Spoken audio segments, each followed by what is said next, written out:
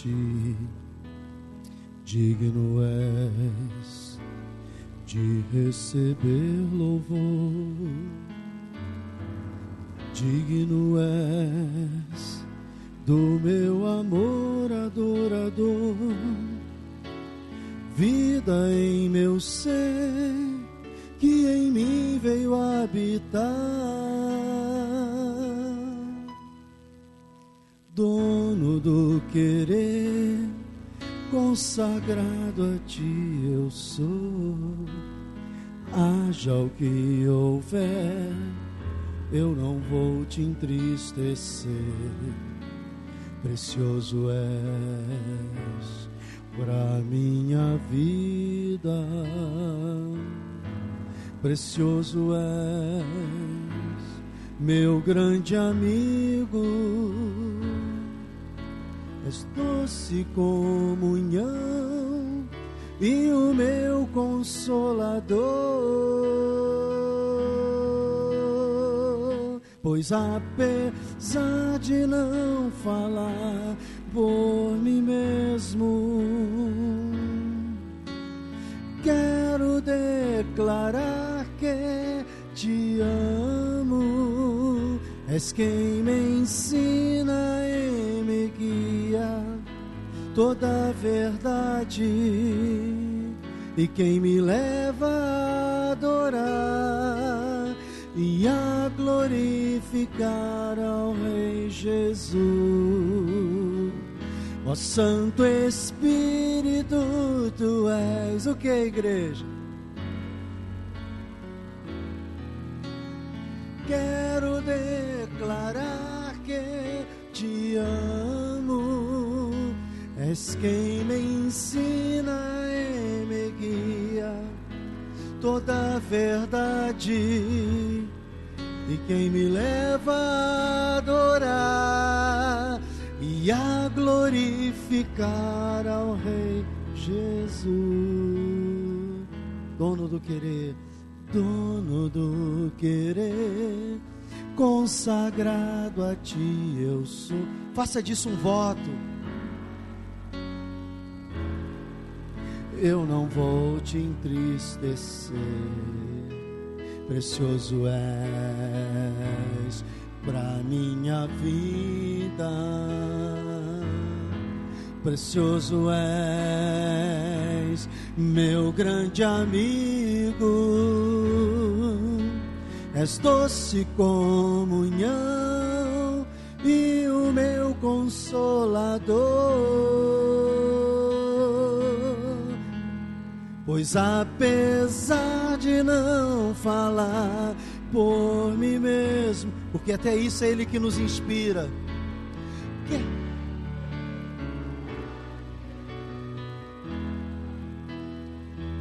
és quem me ensina e me guia toda a verdade, e quem me leva a adorar e a glorificar ao Rei Jesus. Põe a mão no seu coração e diga assim: Espírito Santo, que durante este momento da pregação da Tua Palavra, Tu fales ao meu coração, me traga revelação e entendimento, em nome de Jesus. Abra sua Bíblia em Lucas capítulo 24. Muito obrigado, gordinho, já é papai. Uma linda menina.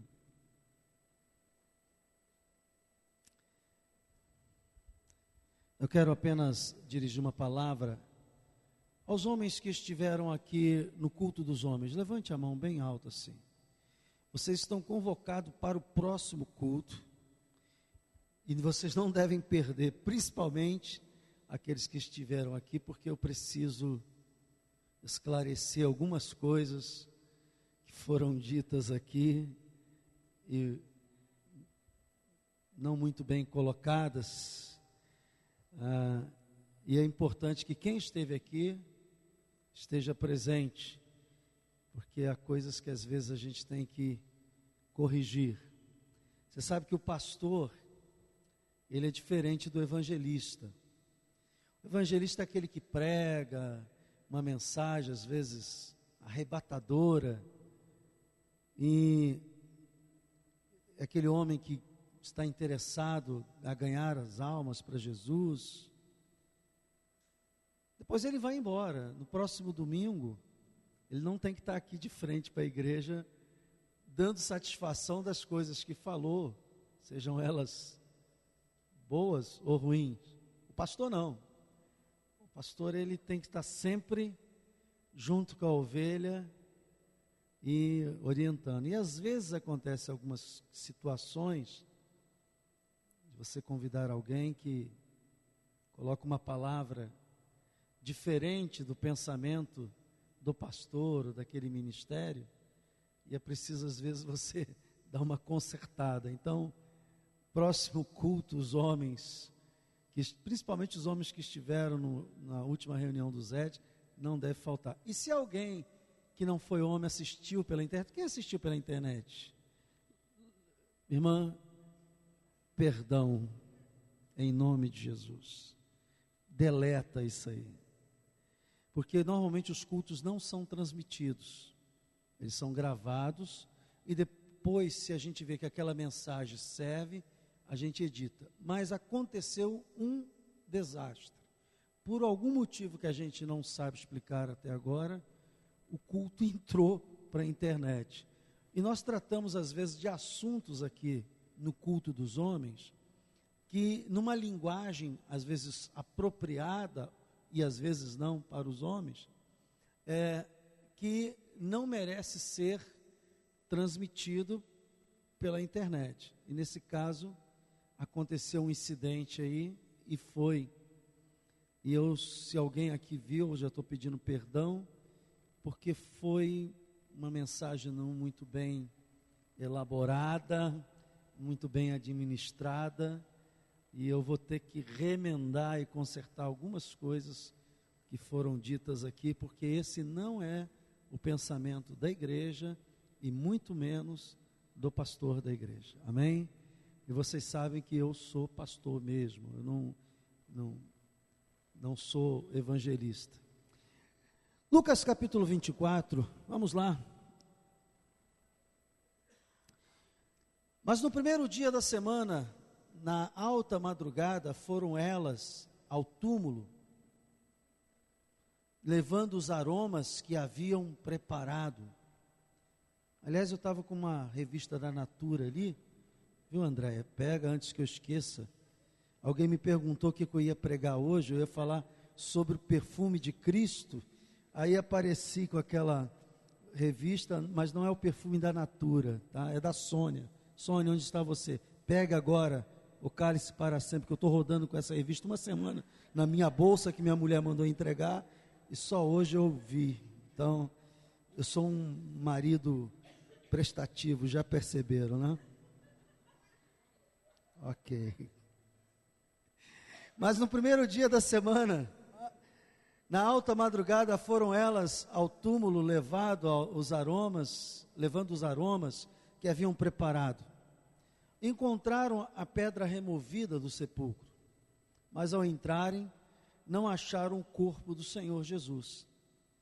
Aconteceu que, perplexas a esse respeito, apareceram-lhes 2 varões com vestes resplandecentes.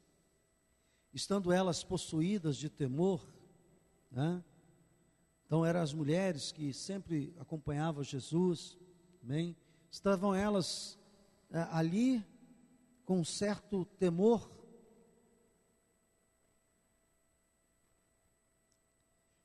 Baixando os olhos para o chão, eles lhes falaram: por que buscai entre os mortos ao que vive? Então, os anjos falando para ela: ele não está aqui, mas ressuscitou.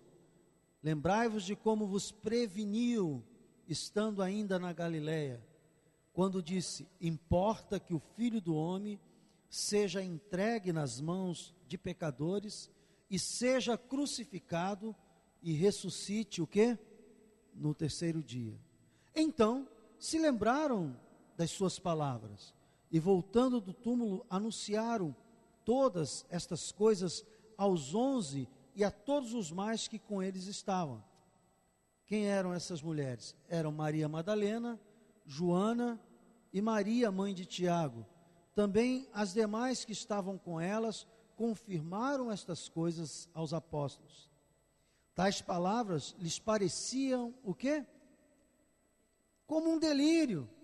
E não. Jesus disse que ia ressuscitar ao terceiro dia. As mulheres foram lá encontrar os anjos no sepulcro.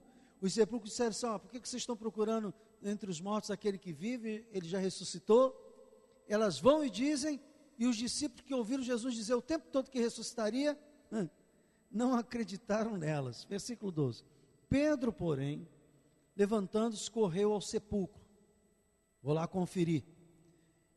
E, abaixando-se, nada viu, senão os lençóis de linho, e retirou-se para casa, maravilhado do que havia acontecido. Naquele mesmo dia, 2 deles estavam de caminho para uma aldeia chamada Emaús, distante de Jerusalém, 60 estádios, e iam conversando a respeito de todas as coisas sucedidas. Aconteceu que, enquanto conversavam e discutiam, o próprio Jesus se aproximou e ia com eles. Os seus olhos, porém, estavam como impedidos de o reconhecer. Então lhe perguntou Jesus: que é isso que vos preocupa e de que ides tratando à medida que caminhais? E eles pararam entristecidos. Um, porém, chamado Cleopas, respondeu dizendo: és o único, porventura, que tendo estado em Jerusalém, ignoras as ocorrências desses últimos dias? E ele lhe perguntou: quais? E explicaram o que aconteceu a Jesus, o Nazareno, que era varão profeta, poderoso em obras e palavras diante de Deus e de todo o povo. E como os principais sacerdotes votaram a favor da não cassação dele. Está isso aí? Não, tudo bem. Eu estou tentando mostrar para você que Jesus também foi vítima de um ato político. Versículo 20. E como os principais sacerdotes e as nossas autoridades o entregaram para ser condenado à morte e o crucificaram. Ora, nós esperávamos que fosse ele que havia de redimir a quem? A Israel. Havia uma expectativa que Jesus fosse o rei de Israel, e ele era. Mas depois de tudo isto, e já este o terceiro dia desde que tais coisas aconteceram, é verdade que também que algumas mulheres das que conosco estavam nos surpreenderam, tendo ido de madrugada ao túmulo, e não achando o corpo de Jesus, voltaram dizendo terem tido uma visão de anjos, os quais afirmam que ele vive. De fato, alguns dos nossos foram ao sepulcro e verificaram a exatidão do que disseram as mulheres, mas não o viram. Então lhe disse Jesus: ó nécios e tardos de coração, para crer tudo o que os profetas disseram. Porventura não convinha que o Cristo padecesse e entrasse na sua glória? E começando por Moisés, discorrendo por todos os profetas, expunha-lhes o que seu respeito constava em toda a Escritura, porque Jesus era aluno seminário da escola bíblica Ágape. Ele tinha aprendido que a Bíblia se explica. Você vê que Jesus usa esse fundamento aqui. Ele, para explicar os acontecimentos da morte, da ressurreição, ele vai lá no Velho Testamento, nos profetas, mostrando todas as profecias que falavam a respeito dele e como ele ressuscitaria. Então, a Bíblia se explica pela própria Bíblia, amém? E Jesus mostrou isso. Jesus não falava nada que não tivesse na Bíblia. Tudo que ele falava e acrescentava era com fundamento na palavra de Deus, porque a Bíblia diz que ele não veio alterar, ele veio cumprir a palavra de Deus. Diga glória a Deus. Muito bem, versículo 28. Quando se aproximavam da aldeia para onde iam, fez ele menção de passar adiante. Mas eles o constrangeram, dizendo: fica conosco, porque é tarde e o dia já declina. E entrou para ficar com eles. E aconteceu que, quando estavam à mesa, tomando ele o pão, abençoou e, tendo partido, lhes disse. Então se abriu, partindo lhes deu.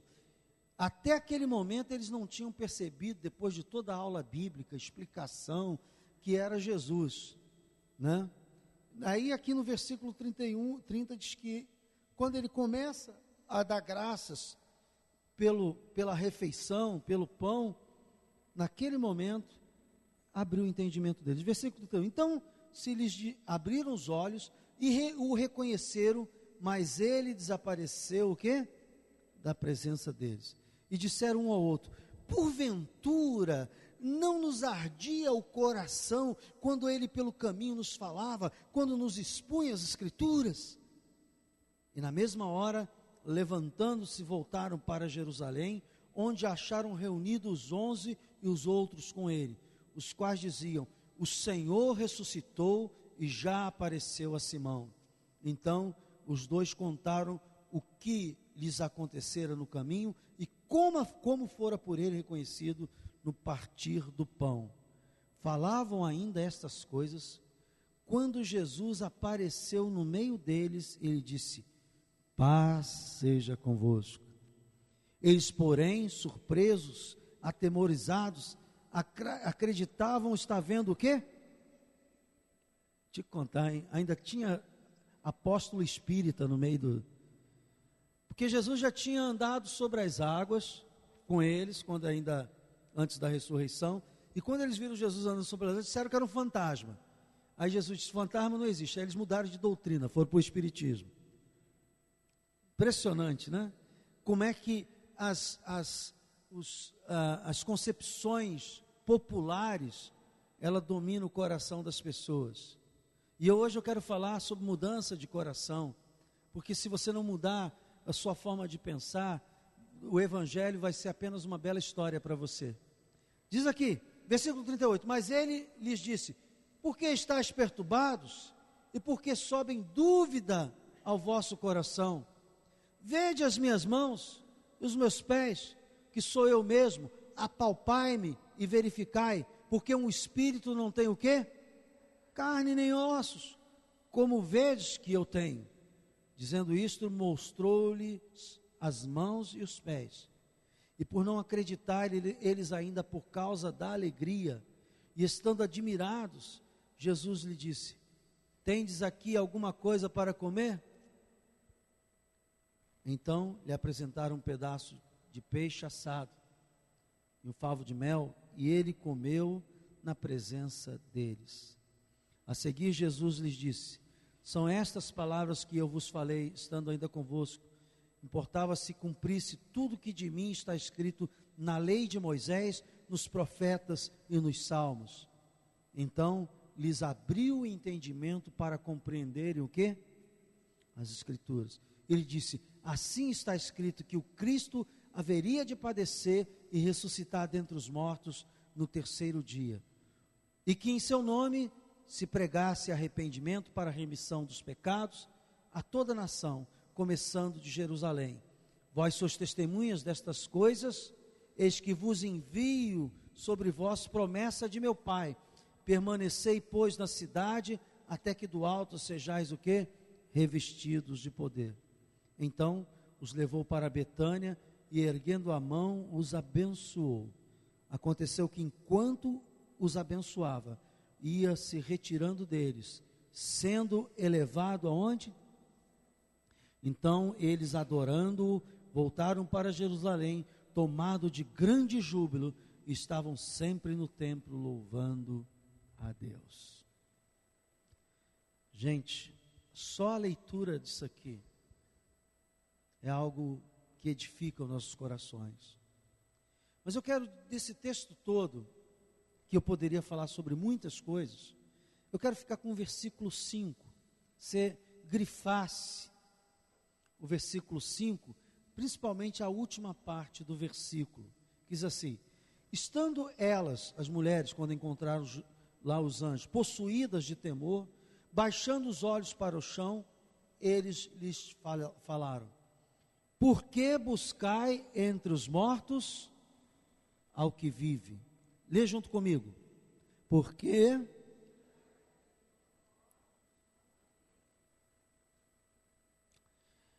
muitas pessoas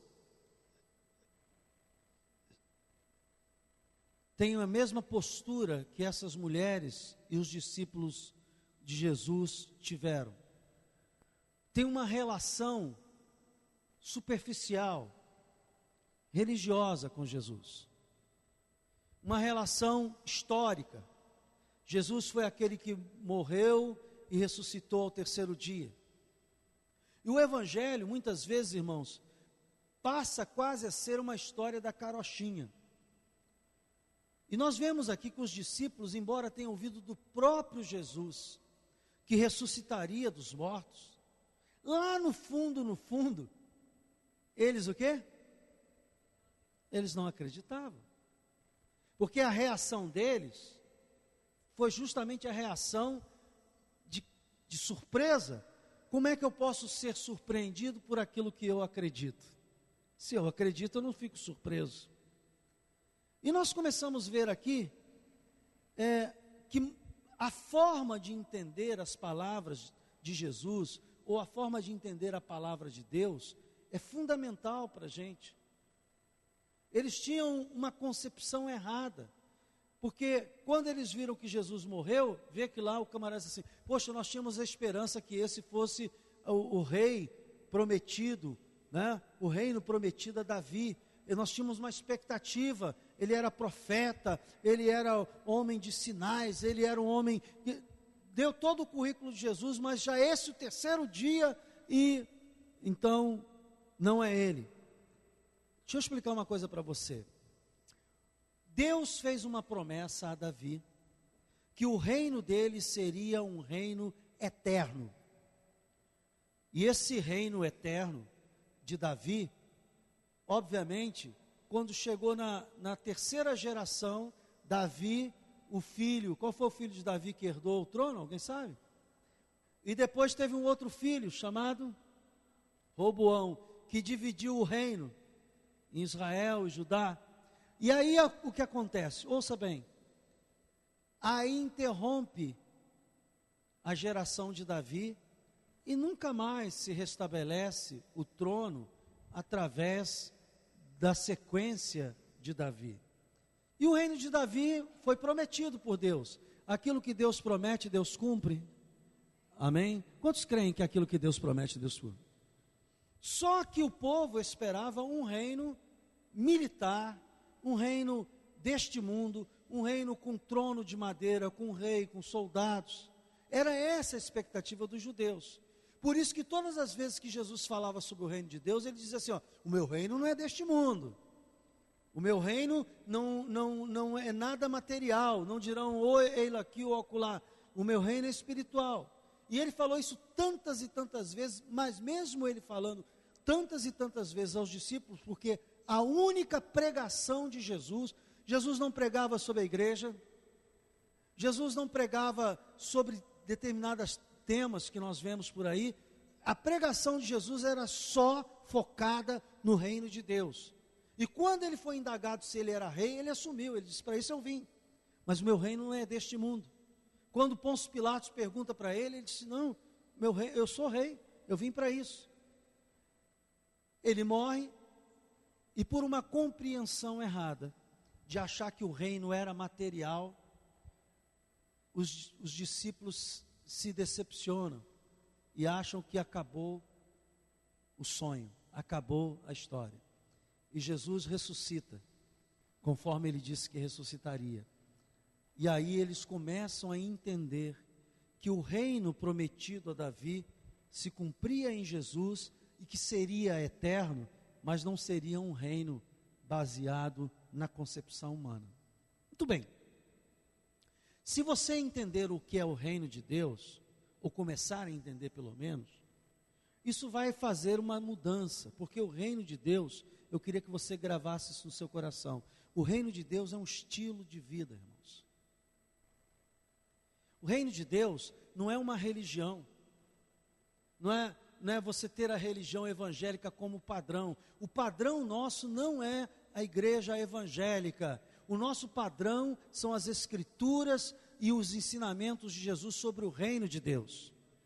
Será que posso ouvir um amém?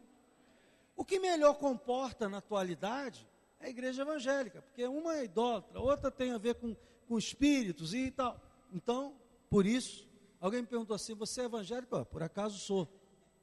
Mas por que você é por acaso? É porque simplesmente a igreja evangélica é que melhor acomoda os ensinamentos sobre o reino de Deus. No dia que ela deixar de acomodar, eu não sou mais evangélico. Dá para entender isso? Diga amém. E você vai ver, quando você estuda a história da igreja, que algumas igrejas comportaram bem no início a mensagem do reino de Deus e depois abandonaram. E hoje só tem casca, não há nenhum conteúdo. Há muitos templos vazios. E aí você pergunta assim, por quê? Simplesmente manteve uma estrutura organizacional, religiosa, mas se perdeu a mensagem do reino. Sabe por quê? A mensagem do reino não é uma mensagem, é um estilo de vida. É a prática da palavra, é a conduta dos ensinamentos do reino que faz o nosso espírito ser renovado. E o espírito da igreja, seja ela qual for. Então, eu não posso ter o evangelho apenas como uma religião. Eu tenho que, cada vez que ouço uma palavra, uma pregação, perguntar assim, como é que está isso na minha vida? Como é que isso funciona na minha vida? O que eu tenho feito para colocar em prática isto? E aí, irmãos, você vai descobrir que todos os dias, todas as horas, há alguma coisa que precisa melhorar na sua vida. Quem concorda que acha, que tem certeza que precisa melhorar? Eu tenho certeza, eu vou levantar as duas. Tenho certeza. Porque o nosso estilo de vida é mais ou menos como os discípulos. Os discípulos criam em Jesus até um certo limite.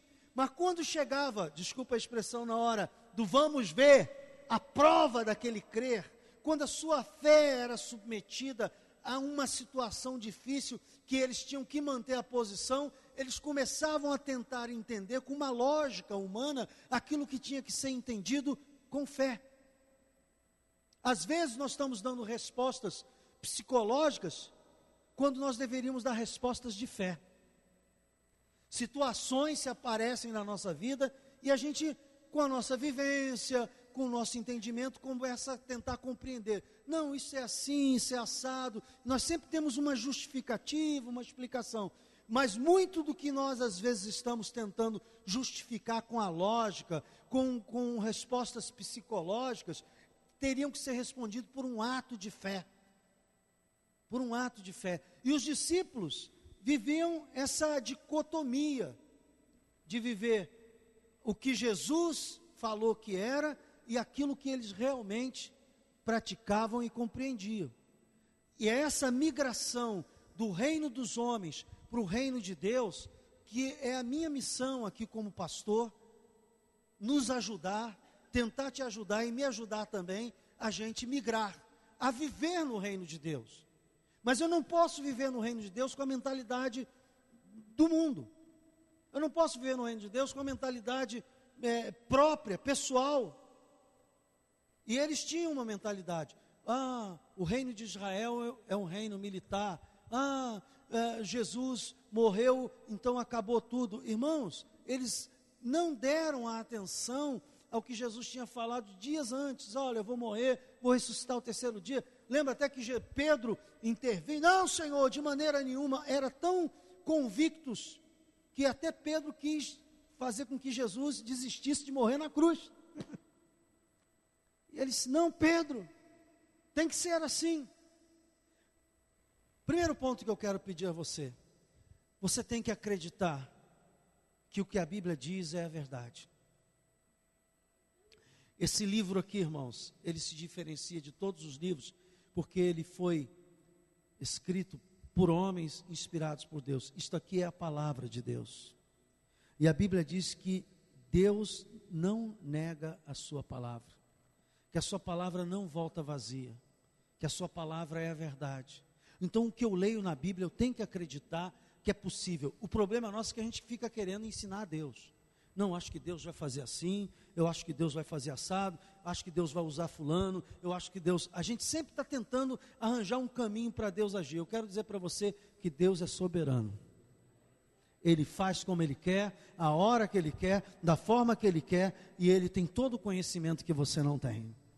Então, queremos às vezes impor a Deus uma compreensão nossa, e aí perdemos o estilo de vida do reino. A palavra de Deus tem que estar acima de fatos circunstanciais. O céu e a terra passarão. Esses fatos circunstanciais, esses problemas monumentais vão passar, porque é a palavra de Deus que vai prevalecer. A minha pergunta é: qual é a palavra de Deus que você acredita para você? Não entendi, pastor. Eu quero saber assim, quando você pensa assim, a palavra de Deus vai prevalecer, qual é o texto que vem no seu coração a respeito de que assunto?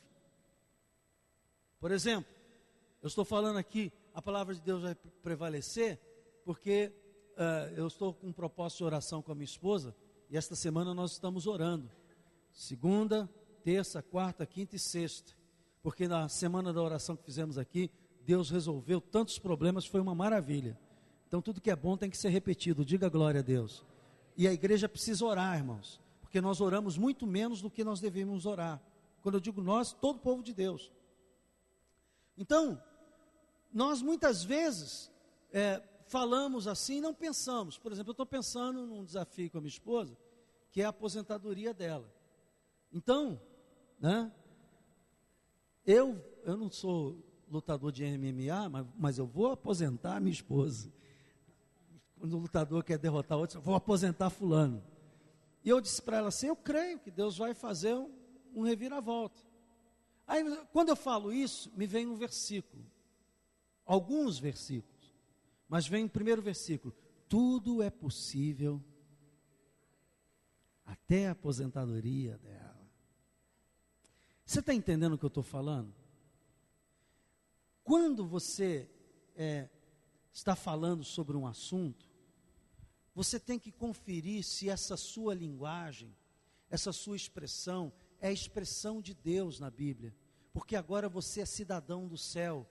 Quando você nasceu no Brasil, você aprendeu um idioma chamado português, e você fala ele. Quando você nasce de novo, você entra para o reino de Deus, e você tem que começar a falar o idioma do reino de Deus. E no idioma do reino de Deus, tudo é possível que crê. Estou dando um exemplo, mas se o seu problema é cura, quando você tratar deste assunto e fazer a sua afirmação de fé, você vai dizer assim: eu vou dizer que sou curado porque Cristo levou sobre si todas as minhas dores, o castigo estava sobre ele. Está lá na Bíblia. E repete uma, e duas, e três, e lê, e fala. Por quê? Porque esta convicção é a base para a palavra de Deus não passar por você e não fazer nada. A Bíblia diz: o céu e a terra passarão, mas a minha palavra... Mas que palavra? A palavra que está aqui é geral, mas ela tem que ser particularizada no seu coração. Diga assim: a palavra de Deus, com as suas promessas, tem que ser particularizada no meu coração. Senão, ela não vai acontecer. Isso aqui, irmãos, é um livro que tem a ver conosco, que mistura com a nossa vida. Eu não posso apenas dizer assim: olha, eu creio que Deus vai cumprir a vontade dele na minha vida. Tudo bem, você crê nisso por quê? Porque a Bíblia diz que todos os meus dias foram escritos e determinados pelo Senhor. Está isso na Bíblia? Tá. Então a sua afirmativa vem de uma convicção não nascida nas suas concepções mentais, mas a sua convicção vem de uma declaração de Deus na sua palavra. No reino de Deus, a nossa convicção vem da Constituição de Deus, e a Constituição de Deus é a Bíblia, é a palavra de Deus. Por isso, nós temos que sempre vigiar a respeito disso, porque volta e meia, algumas concepções nossas começam a tentar enfraquecer a palavra de Deus dentro de nós. Os discípulos viram Jesus, e a Bíblia diz que eles ficaram o quê? Atemorizados. Às vezes, a gente escuta coisas que Deus faz, e as pessoas, em vez de saltar e pular de alegria, fica com uma ponta de desconfiança no coração, de que Deus realmente possa ter feito aquilo. Deus pode fazer aquilo e muito mais. Não caia nessa armadilha do inimigo. Eu faço o que posso, irmãos. Eu entendi o seguinte: eu faço o que eu posso. O que eu tenho que fazer, Deus não fará. Agora, o que eu não posso fazer, segura na mão de Deus, segura na mão de Deus, pois ela te sustentará. É aí. Tá bom, né? Gostaram, hein? Tá vendo? Pessoal do louvor, tá pensando que é só essas musiquinhas moderninhas que faz sucesso? Não, não. Tá vendo? Gente, a pergunta que foi feita aqui, e eu quero ter 10 minutos para terminar, foi a seguinte: por que buscai entre os mortos o quê? Às vezes nós estamos buscando solução, buscando Jesus, buscando a resposta de Deus, numa maneira errada de pensar, numa forma errada de pensar, porque eles estavam pensando que Jesus estava morto, Jesus já estava ressuscitado. Eles estavam pensando com a mente do mundo: morreu, o corpo está lá. E Jesus disse: vocês estão buscando Jesus no lugar errado, vocês estão buscando Jesus da forma errada, com a mente errada. Vocês têm que buscar Jesus com a mente de quem sabe que Ele já está ressuscitado, e não com a mente de quem acha que Ele está morto. Muitas pessoas estão buscando a Jesus de forma errada. Tem gente que está buscando a Jesus em imagens, tem gente que está buscando a Jesus em lugares escusos, tem gente que está buscando Jesus na filosofia.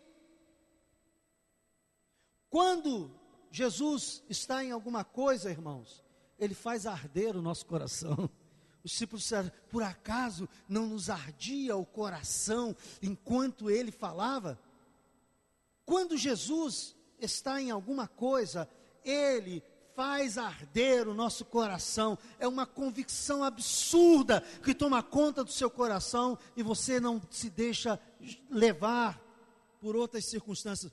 Deus está dizendo para você aqui esta noite: não me fique buscando entre os mortos, em filosofia morta, em religião morta, em coisas que não funcionam, em concepções que são suas. Me busque na minha ressurreição, na minha vida. Me busque naquilo que eu falei que faria, e não me busque naquilo que você acha que é certo. Porque estás perturbado? Porque sobem dúvidas aos vossos corações, disse Jesus.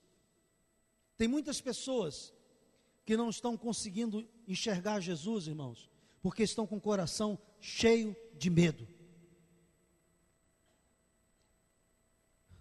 Não tenha medo. Ontem eu estava no carro, minha filha fez um comentário sobre medo. Ela leu uma frase. Qual foi a frase? O que você faria se não tivesse medo? Hã? Você vê que eu vou filosofando até dentro do carro.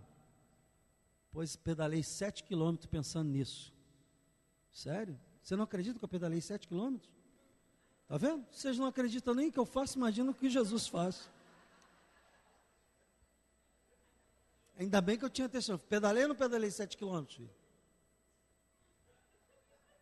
Tudo é possível ao que crer. Estou mostrando para vocês, eu fico pensando, Jesus falando que ia ressuscitar e a turma, acho que Jesus hoje tomou algum vinho, alguma coisa. Gente, ouça, não deixe o medo tomar conta do seu coração. O amor de Deus lança fora todo medo. O temor nos impede de reconhecer o poder de Deus. Sabe por que eles não conseguiram enxergar Jesus? Sabe por que eles não imaginaram que Jesus estivesse ali ressuscitado, e ele tinha ressuscitado? Porque eles estavam com o coração cheio de medo. E quando a gente está cheio de medo, acontece essa frase. Qual é a frase mesmo? O que você faria se você não tivesse medo? Eu quero transportar essa pergunta para você. O que você faria se você não tivesse medo? A minha filha falou isso para mim. Eu disse: filha, eu não tenho medo não. Tudo que eu penso que é a vontade de Deus, eu mando brasa. Por quê? Porque eu entendi uma coisa: o medo é uma das armas mais eficazes de Satanás para paralisar você, paralisar a sua vida, paralisar a igreja, paralisar a obra de Deus. Se eu tenho uma afirmativa de Deus a meu favor naquilo que estou fazendo, eu não vou ter medo, porque quem escreveu aqui é fiel, mesmo quando nós somos infiéis. Mesmo quando você falhar, ele permanecerá fiel. Então, independente da minha condição, se hoje eu estou bem, se hoje eu estou mal, se o meu grau de fé está alto ou está baixo, se eu estou de mau humor ou de bem humor, uma coisa eu botei no meu coração: Deus é fiel, o céu e a terra passarão, mas a palavra dele não passará. Deus não depende do meu humor, Deus não depende da minha inteligência, Deus não depende das minhas capacidades, Ele é Senhor. E muitas vezes nós estamos aprisionados por temores. Será que a palavra de Deus vai se cumprir? Será que Jesus vai ressuscitar? Alguém deve ter perguntado, talvez. Puxa, terceiro dia, não aconteceu nada. Porque já era de tarde, ele tinha ressuscitado de manhã, de madrugada, aliás, nem de manhã. Acho que deu 00:01, Jesus ressuscitou. Igual a gente comemora aqui a passagem do ano. E sabe de uma coisa? Eles não sabiam e estavam acreditando que aquilo tudo ia passar. Eu quero hoje dizer para você: busque Jesus não entre os mortos. Os mortos aqui representam concepções suas. Os mortos aqui representam religiões falsas. Os mortos aqui representam você permitir que concepções deste mundo falem mais forte no seu coração. Busque Jesus ressuscitado, e Jesus está ressuscitado pela palavra de Deus. Cada vez que você lê a palavra de Deus inspirado pelo Espírito Santo, a sua fé é alimentada, a sua autoridade espiritual é aumentada, e você começa a entender o que é o poder da ressurreição. Preguei algum tempo aqui sobre o poder da ressurreição, e você vai entender esse poder na sua vida. Irmãos, não procure Jesus. Às vezes a gente quer substituir Jesus, sabia? Às vezes a gente quer substituir os nossos momentos com Deus com muitas coisas, com muito movimento. Nós somos uma geração agitada pelos computadores, cheias de compromissos e de horário. Eu vou desafiar você a procurar Jesus na quietude da sua oração, na quietude da meditação da palavra. E eu digo uma coisa: você acelera o seu tempo, não é fazendo o que a agenda manda, você acelera o seu tempo seguindo os passos de Jesus. Que o Espírito Santo te revelar. Eu de vez em quando me dá um tilt, não, fica quieto na presença de Deus, é Deus que vai ter que me orientar sobre isso. Você fica tentando fazer, e de repente, Deus quer que você sossegue e espere, porque uma palavra de Jesus pode mudar coisas que durante anos e anos você nunca vai conseguir mudar. Então confie que Ele é poderoso, amém? Aproveite esta manhã que nós estamos celebrando a ceia do Senhor e creia que Jesus está vivo entre nós, que Ele está vivo através da sua palavra, que o seu Espírito Santo está aqui e que a palavra dele vai se cumprir na sua vida, amém? Quero convidar os nossos irmãos para distribuírem a ceia. Nós vamos participar da ceia do Senhor agora.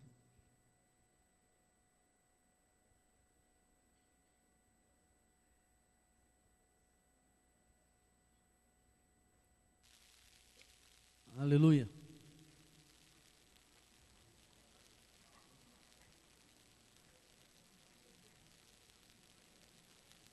Pega o elemento, esqueça quem está à sua direita, não converse, entre em oração ao Senhor, amém?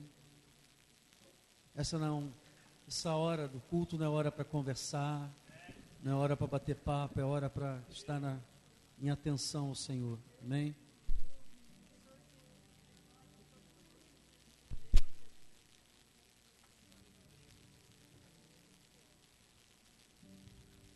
Quão formoso és, Rei do universo, tua glória enche a terra e enche os céus.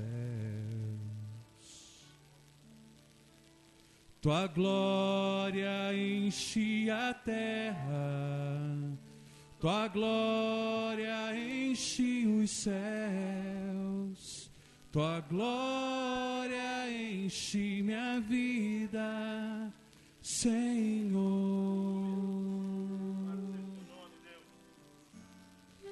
Quão formoso és, Rei do universo, tua glória enche a terra e enche os céus. Tua glória enche a terra, tua glória enche os céus, tua glória enche minha vida, Senhor. Maravilhoso é estar em tua presença. Maravilhoso é poder te adorar. Maravilhoso é tocar nas tuas vestes. Maravilhoso é te contemplar, Senhor. Quão formoso,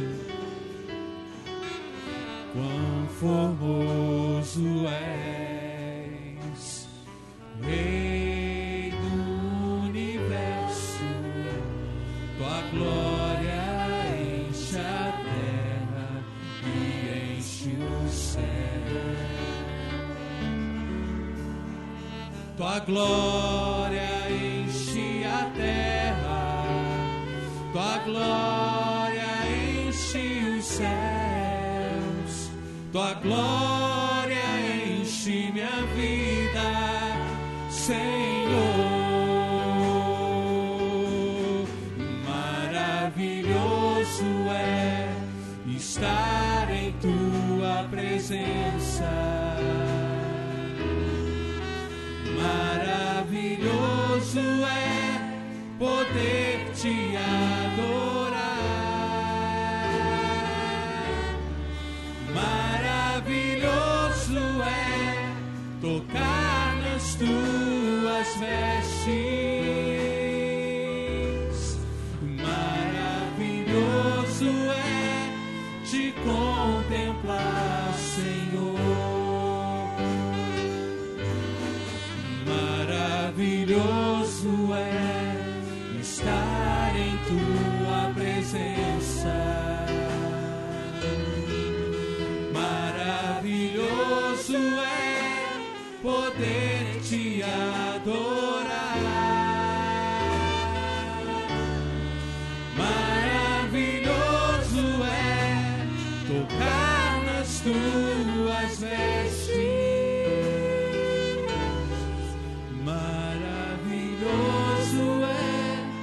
te contemplar, Senhor.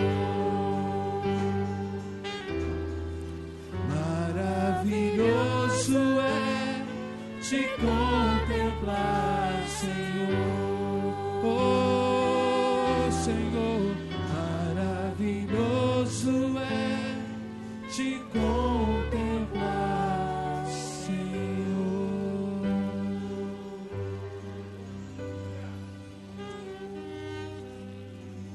Sabe o que nós estamos fazendo aqui? Celebrando a morte e ressurreição de Jesus, até que Ele volte pela segunda vez. E ao fazer isto, Ele diz: fazer isso em memória de mim, para que você nunca esqueça duas coisas. Primeiro, que Jesus morreu na cruz por você, e por causa do sangue dele, você foi perdoado e ligado a Deus. Segundo, que Jesus está vivo. Amém. E hoje Ele tem o seu representante aqui na terra, que é o Espírito Santo. É o Espírito Santo que habita em nós. Nós não temos a presença física de Jesus, mas a Bíblia diz, e eu creio, e é assim, que o Espírito Santo, Ele faz habitação dentro de nós. Ele fala muitas vezes durante o dia a nós. Às vezes nós não escutamos na pressa do dia. Ele nos faz pensar as coisas do Espírito Santo. Quando a gente canta esse hino aqui, Santo Espírito, eu também vou te adorar. Até o ato de adorar a Deus é uma intervenção dele dentro de nós. Porque a Bíblia diz que o homem natural não conhece as coisas do Espírito. E se você está começando a ter entendimento das coisas do Espírito, é porque o Espírito Santo habita dentro de você. Então, ao fazer isso, até que Ele venha, porque depois que Ele vier, então toda a obra estará consumada nos homens, aqueles que vão herdar com Ele. Por isso, eu quero fazer um apelo a você. Se você ama pessoas, familiares seus, se você quer ver pessoas queridas suas indo para o céu, anuncie Jesus a elas. Porque Ele é o único caminho. E você tem essa chave nas suas mãos. Quando você abre a sua boca para falar de Jesus, para orar por alguém, você está usando a chave que Deus deu, porque você tem o Espírito Santo dentro de você. E a Bíblia diz que você se torna um intercessor. Portanto, aproveite os dias da sua vida aqui para levar pessoas aos céus. O céu é real, mas o inferno também é, irmãos. E é este sacrifício vivo que garante a vida eterna a todos nós. Levante o pão e diga assim: Senhor Jesus, nós estamos fazendo isto em memória daquilo tudo que Tu és para nós. Mas não só, Senhor, nós cremos que ao comer este pão, nós estamos participando do Teu corpo. E a Tua palavra diz que o Teu corpo levou todas as nossas dores. Nós não somos mais obrigados a viver doentes e achar que a doença é um plano Teu, que a doença é algo dado por Ti. Não é, Senhor, porque Tu levaste na cruz. E quando nós exercitamos a fé, Senhor, cremos, é possível, plenamente possível, ficar curado, porque Tu és o mesmo, Tu estás vivo, Tu não foste enterrado naquele túmulo, Tu estás vivo através do Espírito Santo. Aleluia. Obrigado, Pai. Comamos todos em nome do Senhor. Erga o seu cálice e diga assim: Senhor Jesus, obrigado, porque o Teu sangue continua vivo. Ele foi derramado na cruz, mas pela fé, Ele continua fazendo efeitos sobre a minha vida. Lavou os meus pecados, continua a lavar os meus pecados, e enquanto eu me arrepender, Ele estará lavando os meus pecados. Diga: Senhor, o Teu sangue me justifica, Ele é poderoso.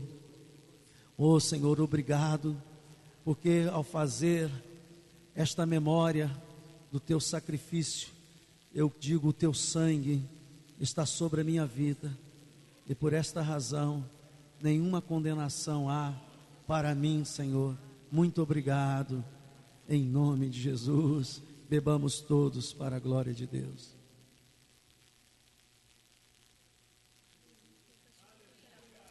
Glorifique, agradeça ao Senhor.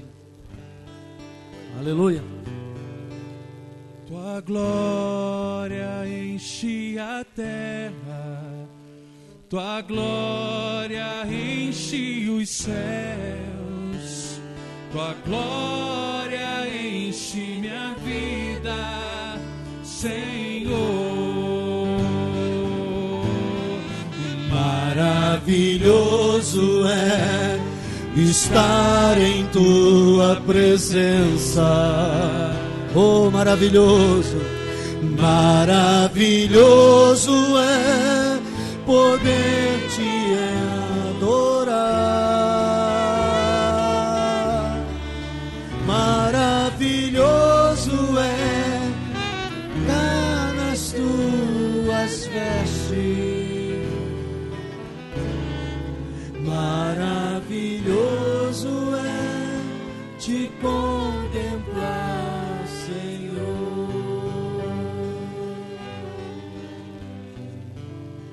Logo mais, nós estamos de volta às 19 horas. Posso pedir uma coisa a você? Faz um esforço para trazer um convidado, um amigo, alguém que esteja afastado, alguém que esteja desanimado na fé, alguém que você sabe que precisa renovar sua fé, alguém que não conhece a Jesus e que precisa conhecê-lo. Pense em alguém, faça um telefonema, diz: eu vou passar na tua casa aí, vou te levar. Seja instrumento de Deus para a salvação de muitos, amém? Que o Senhor te abençoe e te guarde, faça resplandecer sobre ti o seu rosto e te dê a paz. Que o amor de Deus e as consolações do Espírito Santo seja com todos vós. Eu os abençoe em nome do Pai, do Filho e do Espírito Santo, e que toda a igreja diga amém.